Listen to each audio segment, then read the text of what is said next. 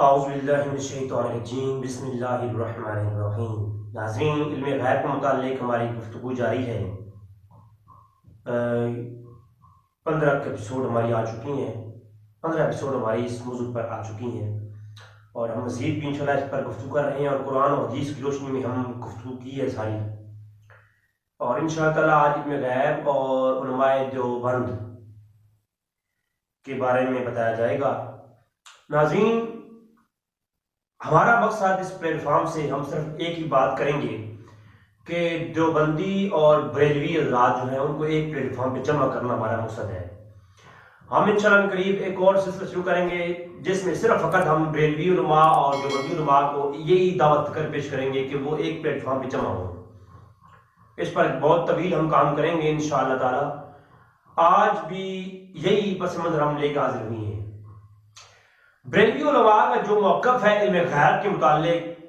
امام احمد رضا خان فاضل بریلوی فتاوی رضویہ کے اندر، اور اس کے علاوہ بھی امام احمد رضا خان فاضل بریلوی کی کتاب ہے جس کا نام ہے خالص الاعتقاد۔ اس کے اندر بھی امام احمد رضا خان فاضل بریلوی نے جو علم بات کرتے ہیں وہ یہ کہتے ہیں کہ ہم نہ علم الہی سے مساوات مانیں۔ اب یہ علم غیب کا بریلوی حضرات جو عقیدہ ہے وہ پیش کر رہا ہوں۔ ہم نہ علم الہی سے مساوات مانیں اور نہ غیر کے لیے بذات جانیں، اور عطاء الہی سے بھی بعض علوم غیب ہی ملنا مانتے ہیں نہ کہ جمیع۔ یہ بریلوی حضرات کی کتاب جو خالص اعتقاد امام احمد رضا فاضل بریلوی کی کتاب ہے، اس کا یہ باتیں جو ہے یہ فتاوی رضویہ کے اندر بھی لگائی گئی ہیں، میں سکین لگا دوں گا انشاءاللہ تعالی۔ تو یہی بریلوی حضرات کا عقیدہ ہے، اور اسی عقیدے کے فالو والے دیوبند کے علماء بھی۔ بعض میں نے پچھلی ایپیسوڈ جس میں نے علم غیب اور دیوبند یہ ایپیسوڈ جو میں نے پیش کی اس کے اندر ہی میں نے یہی بات بتائی کہ علم غیب کے متعلق بعض جو دیوبند کے عالم تھے وہ سخت جو ہے رویہ اختیار کرتے تھے۔ انہوں نے لفظ علم غیب کا اطلاق غیر کے لیے کرنا شرک قرار دیا، اور اس کے زمرے میں کئی دیوبندی علماء آئے، جیسے کہ ازالت الریب کے اندر ہے، اور اس کے علاوہ مختلف کتابوں کو میں نے ریفرنس کوٹ کیے تھے جس میں نے بتایا تھا کہ علم غیب کا لفظ ہی اللہ کے سوا کسی اور کے لیے استعمال کرنا علماء دیوبند کے بعض کتب کے اندر ملتا ہے کہ یہ شرک ہے۔ تقویۃ الایمان کے اندر بھی اسی طرح کے لفظ تھے کہ علم غیب کا لفظ کسی غیر کے لیے استعمال کرنا خدا تعالیٰ کے شرک ہے۔ اور اس کے بعد پھر میں نے دیوبند کی علماء کی ایک بڑی فہرست پیش کی اور کتابوں کے ریفرنس کی جو ہے دیے کہ جس میں یہ تھا کہ دیوبند علماء نے کہا کہ حضور اللہ کی اطاعت غیب جانتے ہیں۔ آج بھی سب سے پہلے میں اتحاد بین المسلمین کی عنوان سے کہ دیوبندی حضرات اور بریلوی حضرات کا عقیدہ علم غیب پر ایک ہی ہے بعض علماء کا، تو کیوں نہ اسی پر اتفاق کر لیا جائے، اس پر جھگڑے ختم کیے جائیں، مناظرے ختم کیے جائیں اور اختلاف ختم کیا جائے۔ سب سے پہلے تفسیر عثمانی، جناب حضرت شبیر عثمانی صاحب جو ہیں، ہماری جو گفتگو آج ہوگی اس کا جو مقصد ہے دیوبند حضرات کو بتانا ہے کہ اللہ کی عطا سے نبی غیب جانتے ہیں۔ یہ دیوبند کے علماء نے لکھا ہے تفسیر عثمانی کے اندر صفحہ 475 پر، سکین آپ کو نظر آ رہا ہوگا، لکھتے ہیں تفسیر شبیر عثمانی صاحب لکھتے ہیں کہ نبی کریم صلی اللہ علیہ وسلم کو عطائی علم غیب موجود تھا، ان کو عطا کیا گیا تھا، اللہ نے علم غیب عطا کیا تھا نبی کریم صلی اللہ علیہ وسلم کو، تو نبی کریم کو عطائی علم حاصل تھا۔ یہ شبیر عثمانی صاحب کا عقیدہ ہے، انہوں نے اپنی تفسیر کے اندر تفسیر عثمانی کے اندر لکھا ہے، سکین آپ کو نظر آ رہا ہوگا صفحہ 453 سورۃ مریم کی تفسیر کرتے ہوئے۔ اب یہ ہے علامہ عثمانی صاحب۔ اگلا حوالہ حفظ الایمان اشرف علی تھانوی، اس کی ایک عبارت پر جو کہ گفتگو جا رہتی ہے کہ جی میں نے پچھلی ایپیسوڈ کے اندر بتایا تھا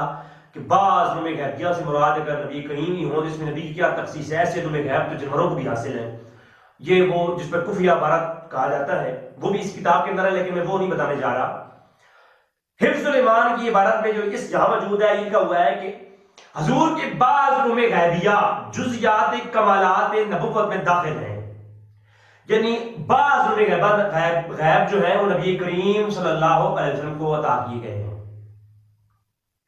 اب جو یہ کہتے ہیں سرے سے لفظ علم غیب کا استعمال کرنا ہی شرک ہے، تو ان علماء جو ہے یہ تو بعض علم غیب اللہ کی عطا سے علم غیب نبی کے لیے مانتے ہیں، بلکہ اس کے علاوہ میں ریفرنس کی طرف جا نہیں رہا، ورنہ الملفوظات حکیم الامت جو اشرف تھانوی صاحب کی بہت بڑی کتاب ہے، ملفوظات ہیں، ان کے اندر بھی بے شمار جگہوں پر علم غیب کی باتیں کی گئی ہیں، جو کہ ہمارے آج موضوع کا حصہ نہیں ہے، انشاءاللہ پھر کبھی کسی عنوان سے لائیں گے۔ اگلا حوالہ کتاب النوازل، علامہ مفتی سید محمد سلمان صاحب منصور پوری جو کہ دیوبند کے بہت بڑے عالم تھے، کتاب النوازل مشہور ترین کتاب دیوبند کے ہاں، ان کی اس کتاب کے اندر ان حضرت صلی اللہ علیہ وسلم کی علم غیب کا عقیدہ یہ باب قائم کیا۔ فرماتے ہیں نبی کریم صلی اللہ علیہ وسلم کی علم غیب کا اطلاق ہمارے نبی کریم صلی اللہ علیہ وسلم کو اللہ نے سب سے زیادہ علم غیب عطا فرمایا، تو وہ بھی یہ مانتے ہیں کہ اللہ کی عطا سے نبی کریم صلی اللہ علیہ وسلم کو سب سے زیادہ علم غیب عطا فرمایا گیا ہے۔ تو کتاب النوازل آپ کے سامنے اس کا بھی ریفرنس نظر آ رہا ہوگا۔ اس کے بعد توضیح البیان فی حفظ الایمان، مرتضی حسن چاندپوری جو دیوبند کے بہت بڑے رسالہ چاندپوری کے نام سے رسالے چھپتے تھے انڈیا کے اندر ان کے، اور بہت بڑے علماء گزرے، دیوبند حضرات اپنے شیخ مانتے ہیں ان کو، تو ان کی حفظ الایمان پہ جو اعتراضات ہیں ان کے رد میں حفظ الایمان کی جو ہے نا تعویل میں اور دفاع میں لکھی جانے والی کتاب توضیح البیان، مرتضی چاندپوری دیوبند کے عالم یہ اپنی اس کتاب میں لکھتے ہیں یہی سرور عالم کے علم غیب کے متعلق، کہتے ہیں سرور عالم کو بعطاء الہی علم غیب حاصل ہے، حفظ الایمان میں اسے تسلیم کیا گیا ہے۔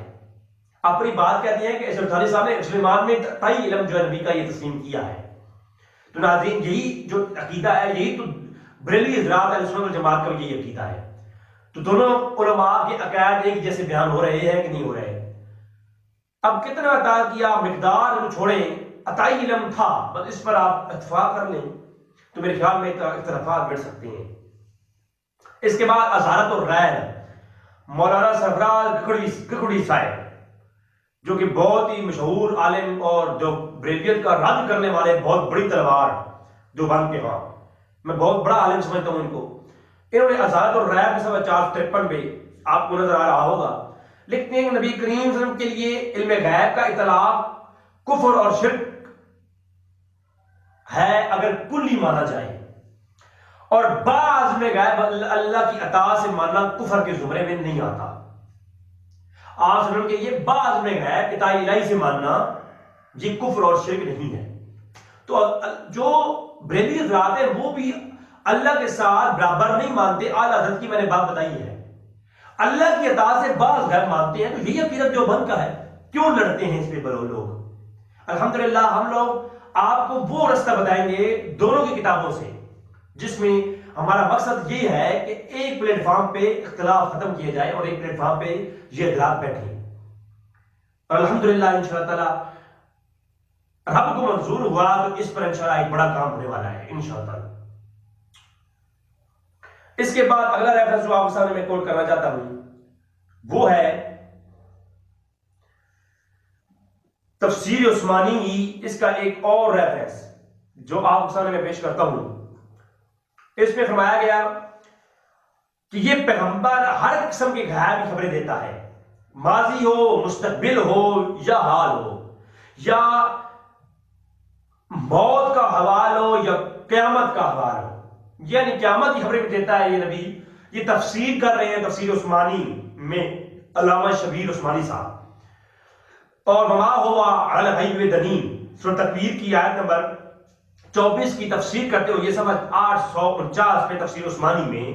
آپ کھول کے دیکھیں تو یہ لکھتے ہیں کہ وما ہوا علی الغیب دنین سے مراد نبی غیب بتانے میں کنجوس نہیں ہے، ہر قسم کی خبریں دیتا ہے، مستقبل ہو، جو ہے ماضی ہو، قیامت کے دن احوال ہوں یا قبر کے احوال ہوں، سب نبی بتاتا ہے، یہ غیبی خبریں ہیں۔ تو یہ عطائی غیب مانا گیا، تو یہی ہمارا بھی عقیدہ ہے۔ تو ناظرین صراط مستقیم لکھنے والے کون ہیں؟ جناب اسماعیل دہلوی صاحب، تو صراط مستقیم میں اسماعیل دلی صاحب لکھتے ہیں کہ بعض اللہ کے ولی ایسے ہوتے ہیں جن کو واقعہ وقوع ہونے سے پہلے انہیں معلوم ہو جاتا ہے، چاہے وہ الہام کی طرف سے ہو، خواب میں معلوم ہو جائے، القاء ان کے دل میں ہو جائے۔ یہ صراط مستقیم آپ کو سمجھ نظر آ رہی ہوگی۔ تو ولیوں کے بارے میں بتاتے ہوئے کہتے ہیں کہ بعض ولی ایسے ہوتے ہیں جو واقعہ ہونے سے پہلے ان کی خبر ہو جاتی ہے۔ بعض مرنے والا کوئی مر رہا ہوتا ہے تو بتا دیتے ہیں کہ یہ فلاں تاریخ کو مرے گا، تو بھائی اسی کو تو غیب کہتے ہیں۔ یہ تو ولیوں کے بارے میں صراط مستقیم اسماعیل دلی صاحب کا عقیدہ ہے۔ حضرت خضر علیہ السلام کے بارے میں بتاتے ہوئے حافظ ابن کثیر جو کہ دیوبند کے ہاں بہت بڑے علامہ مانے جاتے ہیں اور 774 جس نے فاتحہ کا، آپ کہتے ہیں خضر علیہ السلام کو اللہ نے علم غیب عطا فرمایا تھا، اور یہاں عطائی کی جو ہے نا بعض کی بات نہیں کی، یہاں پر کہا کہ خضر علیہ السلام کو اللہ نے غیب عطا فرمایا تھا، مطلق بیان کہا، یہ مطلق بیان کیا۔ تو ناظرین خضر علیہ السلام کے بارے میں علم غیب مانتے ہیں کون؟ حافظ ابن کثیر۔ اس کے علاوہ بھی کچھ چیزیں اور ہیں جن کو ہم اگلی ایپیسوڈ جب قرآن کے بارے میں اور علم غیب کے بارے میں بات کریں گے تو ہم انشاءاللہ قرآن کی آیت کریمہ میں بات کرتے ہوئے دیوبند کے بہت ساری تفسیر کی ریفرنس ہم دیں گے۔ تو آج تک کا اتنا ہی۔ دعا ہے کہ اللہ تعالیٰ ہمیں ایک پلیٹ فارم پہ جمع ہونے کی توفیق عطا فرمائے اور اتحاد بین المسلمین پر ہمارا ساتھ دیں آپ لوگ۔ انشاءاللہ تعالیٰ ہم مسلمانوں کے درمیان میں جو اختلافات ہیں ان کا بائیکاٹ کریں گے انشاءاللہ تعالیٰ۔ دعا ہے کہ اللہ تعالیٰ ہمیں حق جاننے کی توفیق عطا فرمائے اور جو کچھ میں نے حق بیان کیا اس کو سمجھنے کی اور آپ کے دل میں نقش کرنے کی توفیق عطا فرمائے۔ وما علینا الا البلاغ۔